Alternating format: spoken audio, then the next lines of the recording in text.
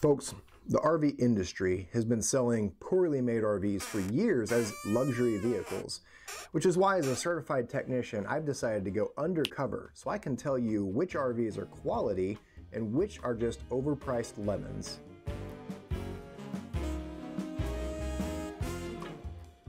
Welcome to the first episode of Undercover RV Tech. Today we're going to be reviewing 3 travel trailers that are all 2023 year model. The first trailer we're going to be reviewing is a Keystone Springdale that's right at 30 feet long, and its average retail is just under $39,000. The second trailer we're going to look at is a Heartland Mallard that's 23 feet long, and its average retail value is $31,150. The third trailer that we're going to be comparing in this lineup today is a east to west Silver Lake LE. It's 26 feet in length, and its average retail price is $26,000. Even if you're not in the market for a travel trailer, this video will show you how I, a certified RV technician, assess RVs for quality. I'm going to be grading these RVs using my rigor scale, which is 10 different categories that I have developed based on what I have to repair as a technician and what I think is quality. I've got 100 points distributed over these 10 categories. At the end of the video, I'll give you the letter grade for each RV, in my opinion, as to whether or not it's worth buying. The first 4 categories that we're going to look at is the appliances. This will include the air conditioner, the furnace, the water heater, and refrigerator. So looking at the Springdale Keystone, this is a GE air conditioner. These are relatively new to the market. In my experience, they seem to have a high failure rate. Now granted, my experience with these is pretty limited. I've had 2 clients that had GE air conditioners on their RVs. One of them had to have it replaced within the first year under warranty because it had simply lost all its Freon. I put the replacement on there, and a year later, that one went bad as well, lost all of its Freon. That's a pretty high failure rate in my opinion, and it doesn't make me think great things about GE air conditioners. So I docked 2 points off. For the Heartland Mallard, it has a Dometic air conditioner. Now in my experience, these are actually some of the most reliable air conditioners on the market. So for the Heartland Mallard, I give the air conditioner a 10 out of 10 rating. On the east to west Silver Lake, we've got the same General Electric air conditioner that we saw in the Springdale. So that one also gets 8 out of 10 for this scoring. Next, let's look at the refrigerators. On the Springdale, we have a 12-volt refrigerator made by Everchill. I only give it 4 points out of 10. There's 2 reasons that I don't like Everchill refrigerators. The first is it seems to be a pretty high failure rate with them. And the second is you can't get replacement parts for them. I've tried. The company just doesn't sell any replacement parts, which means if it's going out and it's not under warranty, you're buying a whole new refrigerator. Now, the Heartland Mallard actually has a gas absorption Dometic brand refrigerator. They are very reliable in my opinion, but they can be broken, and most of the time it's because of how you folks are using them. If you're new to this channel, I have a course that is tool-free RV maintenance. It's 15 tips that can save you $50,000 in repairs. Module 7 is actually about gas absorption refrigerators and how to avoid breaking them. So if you take my course, you can learn how to avoid replacing a $5,000 refrigerator in your RV. Anyways, back to our scheduled programming. I give this refrigerator a 10 out of 10. Moving over to the east to west Silver Lake, it has a General Electric refrigerator in it. This is a clone of the Everchill. This is a game that appliance manufacturers play, is that one company will make a refrigerator and then 10 different companies will put their label on it. The next category we're going to look at is water heaters. All 3 of these water heaters are decently reliable. So for the Silver Lake and the Springdale, I'll give them a 10 out of 10 rating because they have a Suburban brand tank type water heater. Moving over to the Heartland Mallard, it has a Dometic tank type water heater. Don't get me wrong, they're pretty good water heaters. There's a couple of things I don't like about them, which is why I knock off 1 point. When your water heater is burning gas to heat the water, air comes in the bottom and comes out the top, out the exhaust. If wind is blowing against the side of your camper, it can make the flame go backwards and come out in the door of your water heater against all the electrical components and start to melt things. There's a safety device that will shut down the water heater if that happens. It only needs to turn off the gas if this happens, but the way they wired it, it turns off the computer and both gas and electric, so then you have no hot water if the wind blows the wrong way. That's a dumb design in my opinion. Let's look at furnaces now. Both the Springdale and the Silver Lake have a Suburban brand furnace, which I give a 10 out of 10 rating. On the Mallard, they put a Dometic furnace in. The reason I give a 9 out of 10 on the furnace is because Dometic has the stupidest warranty policy. Dometic's warranty policy for the furnace states that if you put bug screens, it voids the warranty and they don't have to pay for repairs. It bugs me to no end, no pun intended. So you're kind of damned if you do, damned if you don't. If you put on bug screens and something breaks on your furnace, they can deny a warranty claim because you've voided the warranty. But if you don't put on bug screens and insects get in there and block it up with massive nests, they're not going to pay for that either because that's just routine cleaning. So Dometic, if you're watching this, please change your warranty policy. Until you do that, I'm going to keep docking points off anytime I see your appliance.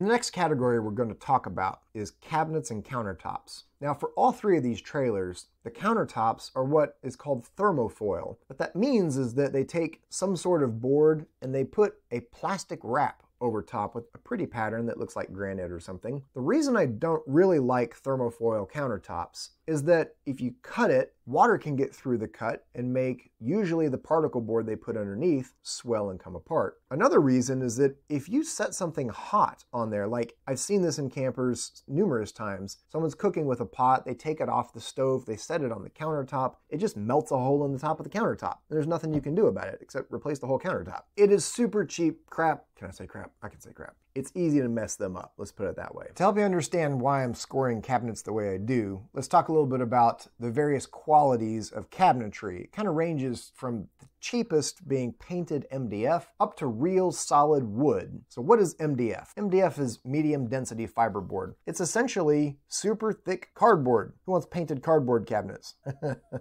I really hate MDF because it's almost impossible to keep it perfectly dry in a kitchen, especially if you have kids around. Like, oh my gosh, things get spilled. When water comes in contact with MDF, it swells up. The worst kind of cabinetry you can have is just painted MDF. Kind of one level up from that is where they put a vinyl wrap around the MDF. It creates a more water impervious membrane. A step up from vinyl wrapped MDF would be something called lumber core. If you can see the edge right here, it has lumber on the inside. It's more sturdy and less prone to swelling up from water damage. The level up from this would be either solid plywood or solid wood, just real wood. Real wood can take a lot more water and dry out and still serve you well versus swelling up and causing issues like MDF. If you like, even water looks at it, just goes.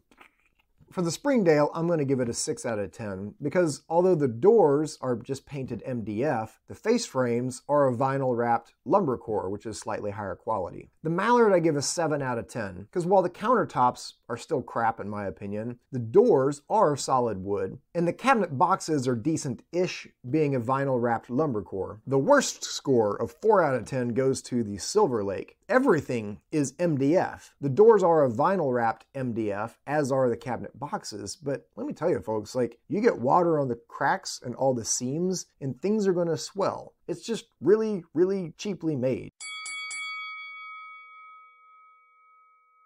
Next, we're going to go to the exterior of the vehicles where we're going to look at suspension, frames, and roofing. The suspension on all of these gets a 10 out of 10 because there's no obvious problems with it. For the frames and roofing, I don't have any real complaints with what they selected. The frames on all three of these trailers are from Lippert Components. The roofing is all a TPO membrane, which is very durable in my opinion.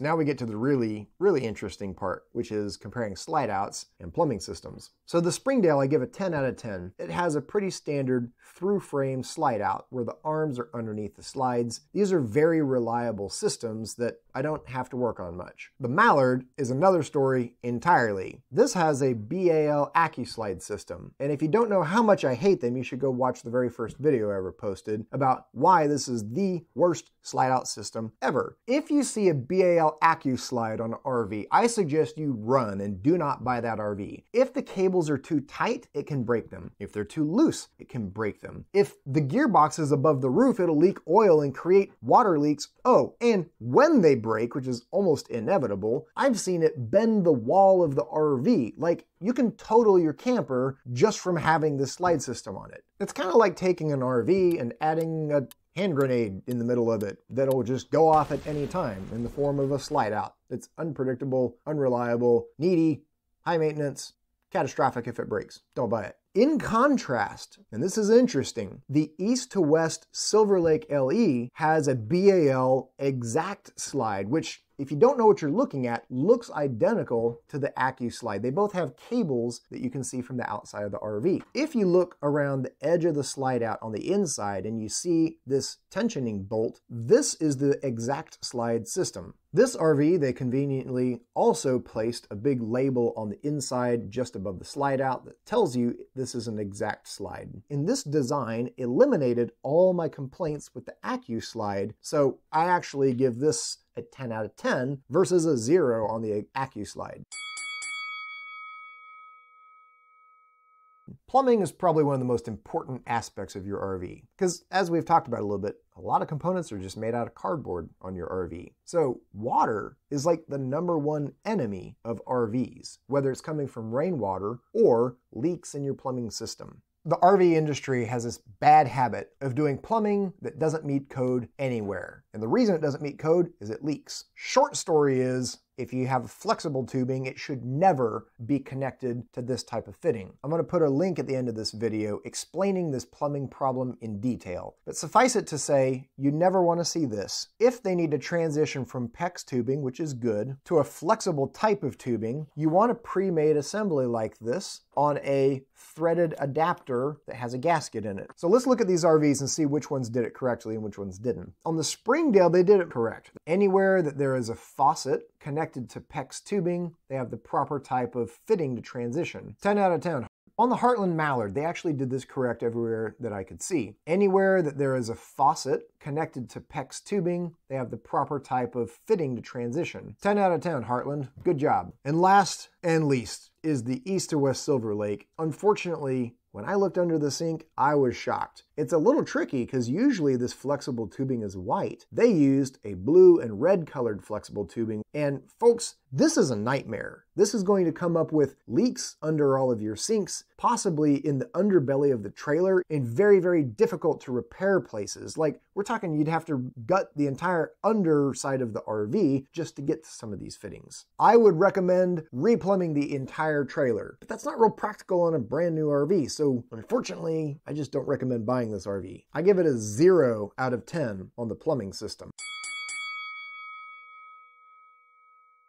Finally, let's talk about fit and finish. Interesting thing is that the one who scored the highest for fit and finish, in my opinion, is the East to West Silver Lake. The execution of everything was immaculate in this trailer. It's everything I want to see when an RV is being put together. Unfortunately, it's their choice of materials and their failure to follow basic plumbing codes is why I'm giving them such a low score. On the Springdale, we had this issue where the door just wouldn't close, which is annoying. You kind of want your bathroom door to latch. It's like something that could be fixed, but it's not something you want to see on a brand new trailer. So for fit and finish, I gave it an 8 out of 10. On the Mallard, when I walked in the front door, the most obvious thing to me was that paneling in the slide out had buckled. It wasn't actually fastened correctly and had come loose as they were driving down the road. This kind of sloppy workmanship is just kind of sad to see on RVs. Now, can it be put back together? Yeah, but it's not great quality coming off the manufacturing line. So for the Mallard, I give them also an 8 out of 10 in the fit and finish category.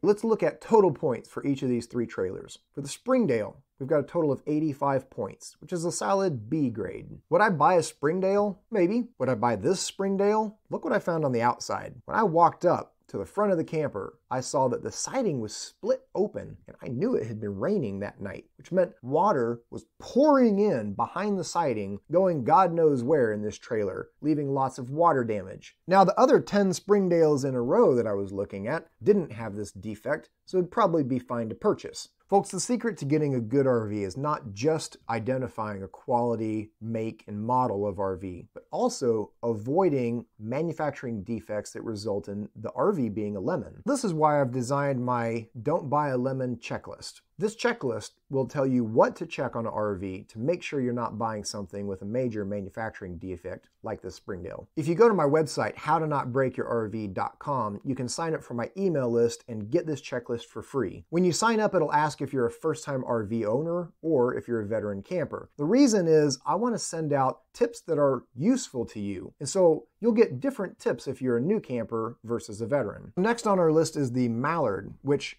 I scored at an 83 total. Solid B-, which would be an okay camper, except because it has the BAL AccuSlide, I actually have to give it an F. The BAL AccuSlide is such a maintenance nightmare. I highly recommend not buying any camper with it. So finally, for the Silver Lake, it got a total of 76 points, which is a C-grade camper, and it doesn't necessarily mean don't buy it, except the way they did the plumbing. This, again, is a time bomb. Any RV that's got this many problems with the plumbing system, I have to give an F. Like, don't buy it, folks. It's not worth it. I know it's only $26,000, but it's a $26,000 cardboard box with a water hose in it. It's leaking. Yeah, don't buy it. If you can't tell by the way I'm sneaking around in a costume with a spy camera coffee cup, the RV manufacturers are not paying me to review their RVs. They probably don't want me reviewing their RVs. So you may be wondering, how do I make any money so I can afford the time to sneak around to hundreds of RVs in my Star Wars outfit? If you haven't seen already, I have a course. It's called Tool-Free RV Maintenance. Folks, this is 15 tips that can save you up to $50,000 in repair bills. So if you want to see exactly what each tip covers, just go to